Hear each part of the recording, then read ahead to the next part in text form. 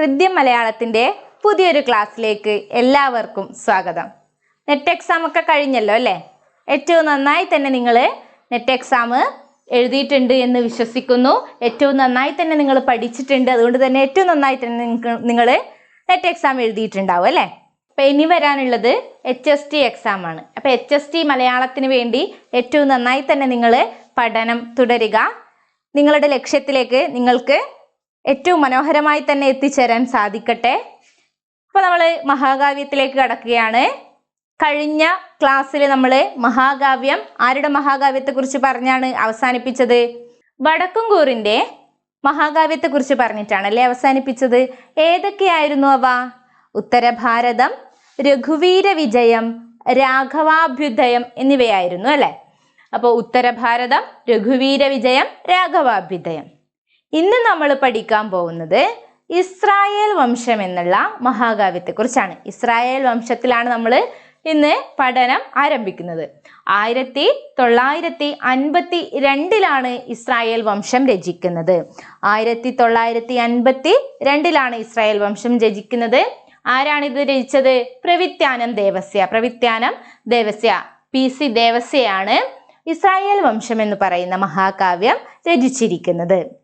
ഇദ്ദേഹം സംസ്കൃത വൃത്തങ്ങളിൽ ക്രൈസ്തവ വിഷയങ്ങളെ ആസ്പദമാക്കിക്കൊണ്ട് ഇസ്രായേൽ വംശം എന്ന് പറയുന്ന ഒരു മഹാകാവ്യവും അതുപോലെ മഹാപ്രസ്ഥാനം എന്ന് പറയുന്ന ഒരു മഹാകാവ്യവും രചിച്ചിട്ടുണ്ട്. മഹാപ്രസ്ഥാനവും ഇസ്രായേൽ വംശവും ആര് തന്നെ രചിച്ചതാണ്? പ്രവിത്യാനം ദേവസ്യ തന്നെ രചിച്ചിരിക്കുന്നതാണ്. ഇതുകൂടാതെ ഇദ്ദേഹത്തിൻ്റെ വളരെ പ്രധാനപ്പെട്ട മറ്റൊരു മഹാകാവ്യമാണ് ക്രിസ്തുഭാഗവതം. എന്താണ് ക്രിസ്തുഭാഗവതത്തിൻ്റെ പ്രത്യേകത എന്നറിയോ? ഇത് സംസ്കൃതത്തിൽ രചിക്കപ്പെട്ട മഹാകാവ്യമാണ്. ഇതിന് കേന്ദ്ര സാഹിത്യ അക്കാദമി അവാർഡ് കിട്ടിയിട്ടുണ്ട്. ഇതാണ് ക്രിസ്തുവിൻ്റെ ജീവിതത്തെ ആസ്പദമാക്കിയുള്ള ആദ്യത്തെ മഹാകാവ്യം. ക്രിസ്തുവിൻ്റെ ജീവിതത്തെ ആസ്പദമാക്കിയുള്ള ആദ്യത്തെ മഹാകാവ്യമാണ് ക്രിസ്തു ഭാഗവതം എന്ന് പറയുന്നത്. ഇത് ഏതിലാണ് രചിച്ചിരിക്കുന്നത്? സംസ്കൃതത്തിലാണ് രചിച്ചിരിക്കുന്നത്. ആരാണ് രചിച്ചിരിക്കുന്നത്? PC ദേവസ്യ തന്നെയാണ് ക്രിസ്തു ഭാഗവതവും രചിച്ചിരിക്കുന്നത്. ഇതിന് കേന്ദ്ര സാഹിത്യ അക്കാദമി അവാർഡ് കിട്ടിയിട്ടുണ്ട്. 1979 കേന്ദ്ര സാഹിത്യ അക്കാദമി അവാർഡ് കിട്ടിയ മറ്റൊരു മഹാകാവ്യത്തെക്കുറിച്ച് നമ്മൾ പഠിച്ചിട്ടുണ്ട്. ഏതായിരുന്നു അത്? കേരളോദയം. ആരാണ് കേരളോദയം രചിച്ചിരിക്കുന്നത്? KN എഴുത്തച്ഛൻ. എന്തായിരുന്നു ആ മഹാകാവ്യത്തിൻ്റെ പ്രത്യേകത? അത് കേരളോൽപ്പത്തി മുതൽ EMSന്റെ മന്ത്രിസഭ വരെയുള്ള ചരിത്രമാണ് അനാവരണം ചെയ്തിരിക്കുന്നത് അല്ലേ? അപ്പം ഇതിൻ്റെ കൂടെ തന്നെ ക്രിസ്തു ഭാഗവതത്തിൻ്റെ കൂടെ തന്നെ ഓർത്തു വെക്കുക. കേരളോദയം 1979 കേന്ദ്ര സാഹിത്യ അക്കാദമി അവാർഡ് കിട്ടി. KN എഴുത്തച്ഛനാണത് രചിച്ചിരിക്കുന്നത്.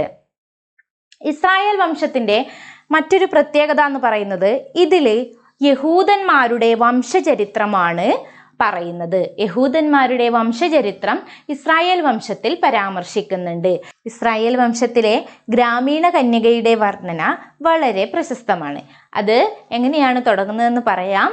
മാരാർത്തരാം തരുണരോടനുകൂല ഭാവം ഓരാത്ത ബാലിക ഇങ്ങനെ. മാരാർത്തരാം തരുണരോടനുകൂല ഭാവം ഓരാത്ത ബാലിക ഇങ്ങനെ. രാഗബീജം പാരാതെ കണ്ടിണ മുളച്ചിടുമാശ്രയാൽ ചേരാത്തിടത്തു പുക എങ്ങനെ ഭവിക്കും. ഇത് ഗ്രാമീണ കന്യകയുടെ, ഈ ഒരു ഇസ്രായേൽ വംശത്തിൽ പരാമർശിക്കുന്ന ഗ്രാമീണ കന്യകയുടെ വർണ്ണനയാണ്.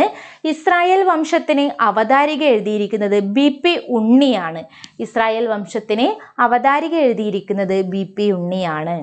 നമ്മൾ നേരത്തെ പറഞ്ഞു ഇസ്രായേൽ വംശത്തെ കൂടാതെ പ്രവിത്യാനം ദേവസ്യ രചിച്ചിരിക്കുന്ന മറ്റൊരു മഹാകാവ്യമാണ് മഹാപ്രസ്ഥാനം.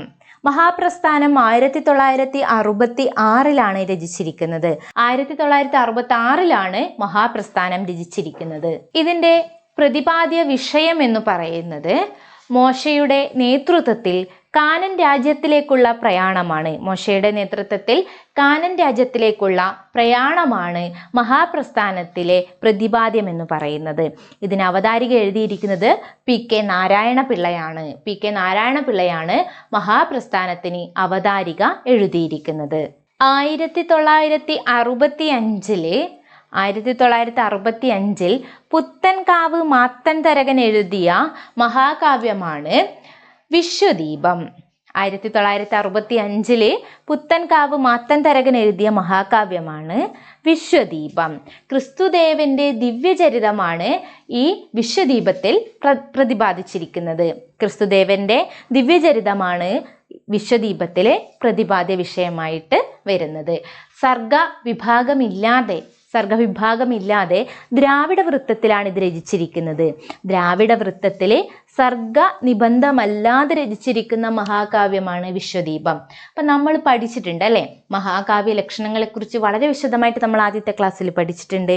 അപ്പം അതിൽ പറയുന്നുണ്ട് എന്ത്, മഹാകാവ്യത്തിൻ്റെ ലക്ഷണം എന്ന് പറയുന്നത് അത് സർഗനിബന്ധമായിരിക്കണം, 8 കുറയാത്ത സർഗങ്ങൾ ഉണ്ടാവണം എന്ന് കൃത്യമായിട്ടും പറയുന്നുണ്ട്. അപ്പം ഇങ്ങനെ വിശ്വദീപം എന്ന് പറയുന്ന മഹാകാവ്യത്തിലെ സർഗവിഭാഗങ്ങളൊന്നും തന്നെയില്ല. 5 കാണ്ഡങ്ങളായിട്ടാണ് ഇത് അവതരിപ്പിച്ചിരിക്കുന്നത്. ഇത് നമ്മൾ രാമായണമൊക്കെ പഠിക്കുന്നത് പോലെ, രാമായണത്തിലേതുപോലെ കാണ്ഡങ്ങളായിട്ടാണ് അധ്യായങ്ങളെ തിരിച്ചിരിക്കുന്നത്.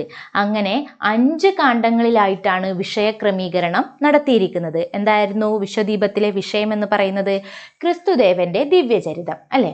അപ്പോൾ ഇത് 5 കാണ്ഡങ്ങളായിട്ട് തിരിച്ചിരിക്കുന്നു. ഉദയകാണ്ഡം, ബാലകാണ്ഡം, യോഗകാണ്ഡം, കർമ്മകാണ്ഡം, ത്യാഗകാണ്ഡം. ഉദയകാണ്ഡം, ബാലകാണ്ഡം, യാഗകാണ്ഡം, കർമ്മകാണ്ഡം, ത്യാഗകാണ്ഡം എന്നിവയാണ് വിശ്വദീപത്തിലെ കാണ്ഡങ്ങൾ എന്ന് പറയുന്നത്. ആകെ 169 വിഷയങ്ങൾ ഉൾക്കൊള്ളുന്ന ഈ മഹാകാവ്യത്തിലെ 15,000-ലധികം വരികളുണ്ട്. വിശുദ്ധ യോഹന്നാന്റെ സുവിശേഷം 8-ാം അധ്യായത്തിലെ പരാമർശിച്ചിരിക്കുന്നത് പോലെ ഞാൻ ലോകത്തിൻ്റെ വെളിച്ചമാകുന്നു എന്ന പരാമർശമാണ് വിശ്വദീപം എന്നുള്ള പേരിന് പ്രേരകമായിട്ടുള്ളത്. ഞാൻ ലോകത്തിൻ്റെ വെളിച്ചമാകുന്നു എന്നുള്ള വിശുദ്ധ യോഹന്നാന്റെ 8-ാം സുവിശേഷം 8-ാം അധ്യായത്തിൽ പറയുന്ന ആ ഒരു വാക്യമാണ് വിശ്വദീപം എന്നുള്ള പേരിന് പ്രേരകമായിട്ടുള്ളത്. പൗരാണികമായ കഥാകഥനം, നാടകീയമായ പ്രതിപാദനം, ആധുനികമായ ചിന്താഗതി എന്നിവയുടെ ഒത്തുചേരലാണ് വിശ്വദീപം എന്ന് പറയുന്ന മഹാകാവ്യം. നമുക്കിനി അടുത്ത മഹാകാവ്യം നോക്കാം. 1967 KK കുട്ടമത്ത് രചിച്ച മഹാകാവ്യമാണ് ഊർമിള. ഊർമിളയുടെ കഥയാണ് ഇതിലെ പ്രതിപാദ്യം. ആരാണ് ഊർമിള? ലക്ഷ്മണന്റെ ഭാര്യയാണ് അല്ലേ. അപ്പോൾ ലക്ഷ്മണന്റെ ഭാര്യയായിട്ടുള്ള ഊർമിളയുടെ കഥയാണ് ഊർമിള എന്ന് പറയുന്ന മഹാകാവ്യത്തിൽ KK കുട്ടമത്ത് അവതരിപ്പിക്കുന്നത്. ഇത് ആദ്യത്തെ സ്വഗത മഹാകാവ്യമാണ്. അപ്പം ആദ്യത്തെ സ്വഗത മഹാകാവ്യം ഏതാണ്? ഊർമിളയാണ്. ആരാണ് രചിച്ചിരിക്കുന്നത്? KK കുട്ടമത്താണ് രചിച്ചിരിക്കുന്നത്. കൈത്തഴക്കവും കലാവിരുതും മനക്കരുത്തും കൽപ്പനാശക്തിയും ഒത്തിണങ്ങിയ ഒരു കവിയുടെ മൂപ്പെത്തിയ കലാശില്പമാണ് ഊർമിള എന്ന് പറഞ്ഞിരിക്കുന്നത് CP ശ്രീധരൻ തന്നെയാണ്. CP ശ്രീധരനാണ് ഊർമിളക്ക് അവതാരിക എഴുതിയിരിക്കുന്നത്. ആ അവതാരികയിലാണ് അദ്ദേഹം പറയുന്നത്, കൈത്തഴക്കവും കലാവിരുതും മനക്കരുത്തും കൽപ്പനാശക്തിയും ഒത്തിണങ്ങിയ ഒരു കവിയുടെ മൂപ്പെത്തിയ കലാശില്പമാണ് ഊർമിള എന്ന് പറഞ്ഞിരിക്കുന്നത്.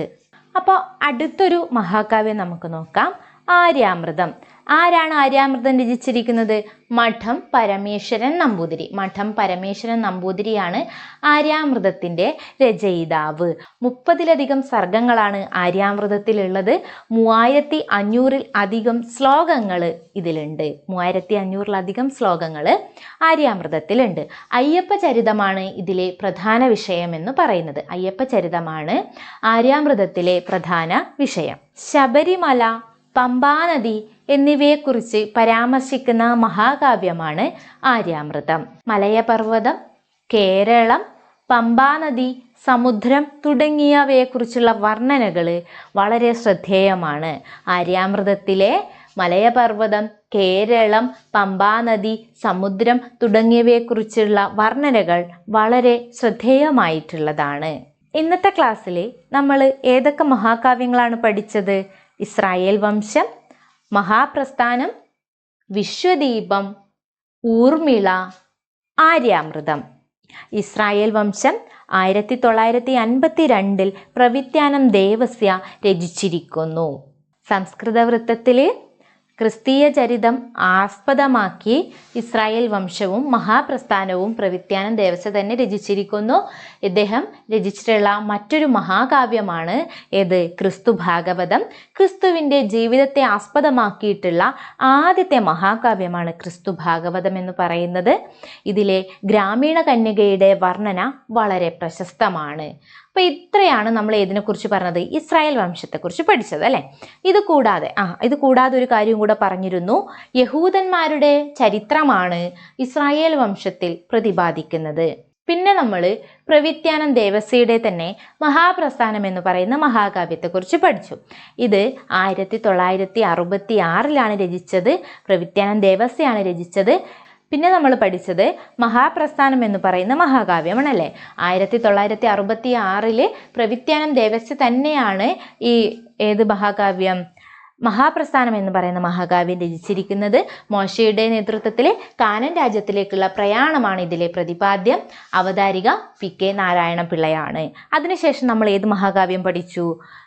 ആദ്യം ഇസ്രായേൽ വംശം പഠിച്ചു, മഹാപ്രസ്ഥാനം പഠിച്ചു, പിന്നീട് വിശ്വദീപം എന്ന് പറയുന്ന പുത്തൻകാവ് മാത്തൻ തരകൻ്റെ മഹാകാവ്യം പഠിച്ചു. ഇത് രചിച്ചിരിക്കുന്നത് ഏത് വർഷമാണ്? 1965 വിശ്വദീപം രചിച്ചിരിക്കുന്നത്. ക്രിസ്തുദേവന്റെ ദിവ്യചരിതമാണ് ഇതിലെ പ്രതിപാദ്യം എന്ന് പറയുന്നത്. സർഗഭേദമില്ലാതെ ദ്രാവിഡ വൃത്തത്തിലാണ് ഇത് രചിച്ചിരിക്കുന്നത്. 5 കാണ്ഡങ്ങളിലായി ഇത് തിരിച്ചിരിക്കുന്നു. ഉദയകാന്ഡം, ബാലകാന്ഡം, കർമ്മകാന്ഡം, ത്യാഗകാന്ഡം തുടങ്ങിയവയാണ് ഇതിലെ പ്രധാനപ്പെട്ട കാണ്ഡങ്ങൾ എന്ന് പറയുന്നത്. അതുപോലെ ഇത് 169 വിഷയങ്ങൾ കൈകാര്യം ചെയ്യുന്നു. 15,000-ലധികം ശ്ലോകങ്ങളാണ് വിശ്വദീപത്തിലുള്ളത്.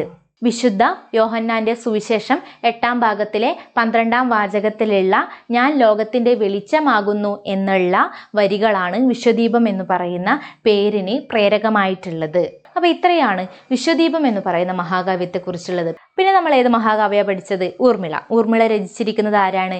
KK കുട്ടമത്ത്. 1967 ഊർമിള രചിക്കുന്നത്. ഇത് ലക്ഷ്മണന്റെ ഭാര്യയായിട്ടുള്ള ഊർമിളയെക്കുറിച്ചുള്ള മഹാകാവ്യമാണ്. ഊർമിളയുടെ പ്രത്യേകത എന്ന് പറയുന്നത് ഇത് ആദ്യത്തെ സ്വഗത മഹാകാവ്യമാണ്. ഇതിന് അവതാരിക എഴുതിയിരിക്കുന്നത് CP ശ്രീധരനാണ്.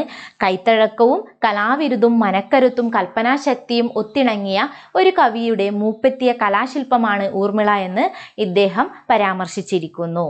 പിന്നെ ഇന്നത്തെ ക്ലാസ്സിൽ നമ്മൾ ഏറ്റവും അവസാനം പഠിച്ച മഹാകാവ്യം ഏതാണ്?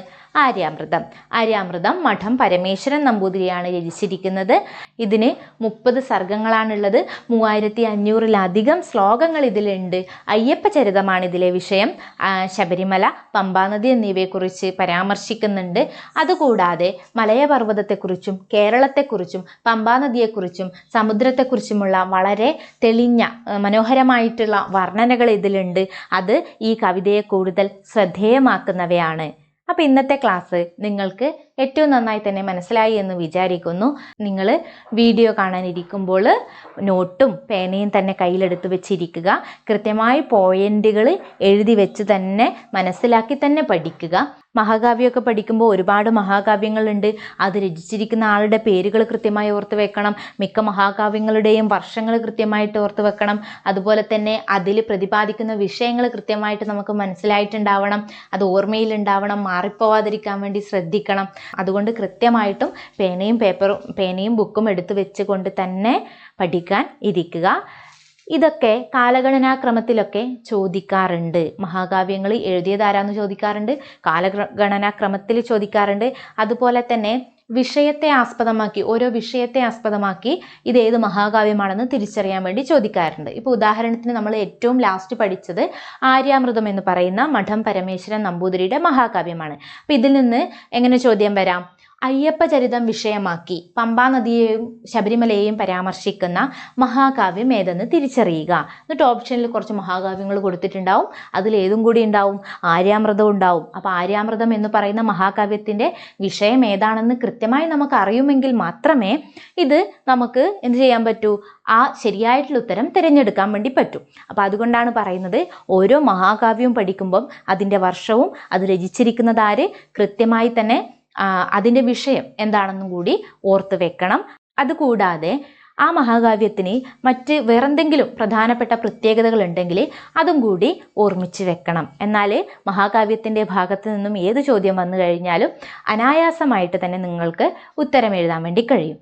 അപ്പം നിങ്ങളുടെ അടുത്ത ലക്ഷ്യമായിട്ടുള്ള HSTയും ഇനി JRFലേക്കും നെറ്റിലേക്കും വീണ്ടും ലക്ഷ്യം വെച്ചുകൊണ്ട് പഠിക്കുന്നവർക്കും ഒക്കെ നന്നായി തന്നെ പഠിക്കാൻ കഴിയട്ടെ. ഏറ്റവും നന്നായി തന്നെ നിങ്ങളുടെ ലക്ഷ്യത്തിലേക്ക് സന്തോഷത്തോടു കൂടി ലക്ഷ്യത്തിലേക്ക് എത്താൻ വേണ്ടി കഴിയട്ടെ. എല്ലാവിധ ആശംസകളും. അപ്പോൾ ഇന്നത്തെ ക്ലാസ് ഇവിടെ അവസാനിക്കുന്നു. ഇനിയും ഹൃദയം ചാനൽ സബ്സ്ക്രൈബ് ചെയ്തിട്ടില്ല എങ്കിൽ നിങ്ങൾ സബ്സ്ക്രൈബ് ചെയ്യുക. നിങ്ങളുടെ വിലപ്പെട്ട നിർദ്ദേശങ്ങളും അഭിപ്രായങ്ങളും കമൻറ്റായി രേഖപ്പെടുത്തുക. ഞങ്ങളുടെ വീഡിയോസ് നിങ്ങൾക്ക് ഉപകാരപ്രദമായെങ്കിൽ വീഡിയോസ് ലൈക്ക് ചെയ്യുകയും ഷെയർ ചെയ്യുകയും ചെയ്യുക. എല്ലാവർക്കും നല്ലൊരു ദിവസം ആശംസിച്ചുകൊണ്ട് നിർത്തുന്നു. നന്ദി.